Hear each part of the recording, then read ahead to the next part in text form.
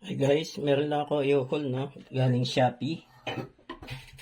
Meron sana akong project na ano, no? I-modify. Maliit na gadget siya. Papalitan ko ng digital audio player, no? Pero nung tinest ko, okay pa eh. Bass speaker lang problema, no? Galgal. So ito, siguro ibang project ko na gagamitin to, no? Sa bago na. 210 ang bili ko.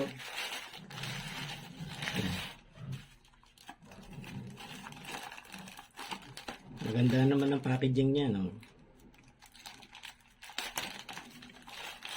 Mahilig kasi ako sa ganyan sa mga amplifier, sa player.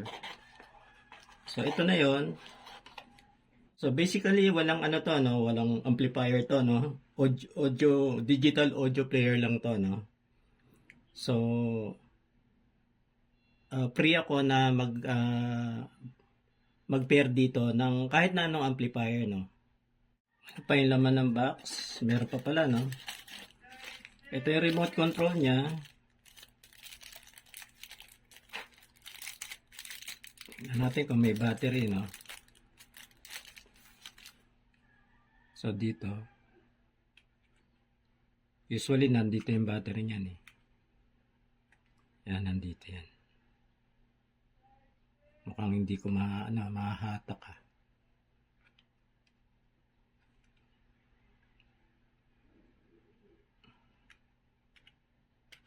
Yan ko na muna, baka supplied naman yung battery, no? Tapos meron na siyang cord.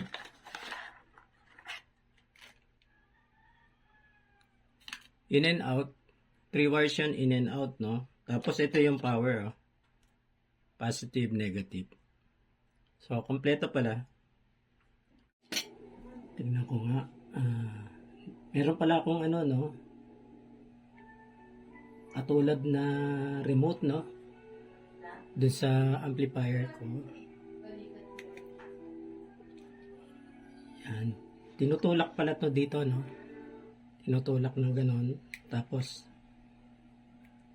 yan. Inuhugot, no? Ayun, meron siyang 3 volts. CR2025 ang ginamit ko dito. Lithium cell, lithium battery, no? Sa baba. Tapos, yan. So, nahahatak ko na, no? Ito, nahahatak ko na. So, same din dun sa isa, no? Magka ano naman sila, no? Magkasukat, no? So, yung battery, hindi ko muna to lalagyan ng battery itong isa. Kasi hindi ko pa naman gagamitin. Baka mag-corrode lang yung battery, no? So, as is na to munang ganito. Yan, tapos, for safekeeping, no? Safekeeping siya.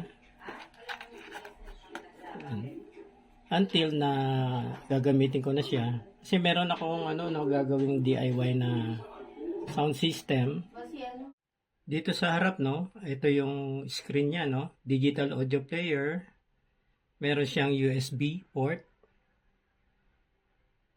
Tapos dito, may microphone, TF card, auxiliary. Tapos IR blaster, no, yung para sa remote yan. Dito yung usual button, ano. Ito yung reverse, ito yung forward, no. Ito repeat, record, may record pala siya, no. Tapos mode. Yung mode nandito yung ano, no, yung kung anong source ang gagamitin mo, TF card, TF USB. Tapos pwede ring Bluetooth, no. Dito i-select yung sa mode. So, merong ano siya dito. Meron siyang volume control, no? Manual volume control, potentiometer yan, no? Yan ang ginusto ko dito, no? Meron ito. Ayan, no?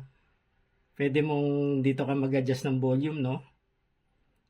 Yan. So, dito, napansin ko, meron nito, wala siyang ano, no? Wala siyang equalizer, no? Yung isang ano ko may equalizer eh, yung isang ganito ko. Ilagay ko sa isang mini amp, may equalizer 'yun eh. Meron pa palang isa, no? Ito pala, yung mga ano niya, no? Yung mga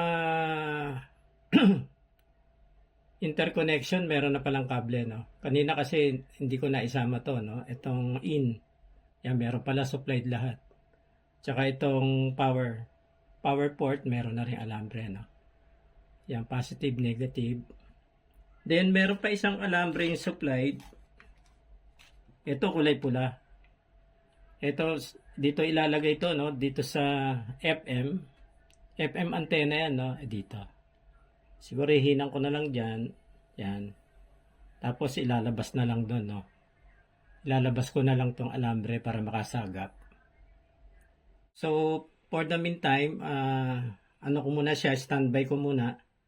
Kasi meron akong gagawing DIY amplifier, no? Ito yung gagawin kong player. Bibili pa ako ng ano ng amplifier, no? Siguro 30 watts per channel or 50 watts per channel, okay na eh. Kasi dito naman sa subdivision, hindi naman kailangan ng maingay. Mababarangay, no? So, ano na lang talaga yung mabababang wattage na lang para hindi tayo maka-istorbo sa kapitbahay. Yan, tapos for safekeeping, no? Safekeeping siya. Until na gagamitin ko na siya. Kasi meron akong gagawing DIY na sound system. Low wattage lang, no? Mga siguro 50 watts per channel lang. Tsaka kung malalagyan ko na subwoofer, mga 100 watts na subwoofer. Dito naman sa subdivision, hindi na pwede maingay masyado, no? Kaya yung mga ginagawa kong DIY, low wattage na yung mga ginagawa. Pang fine listening lang talaga. Pambahay lang. Pero meron akong malalaking amplifier, no? Pang New Year o pang New Year yon pagka talagang kailangan magingay.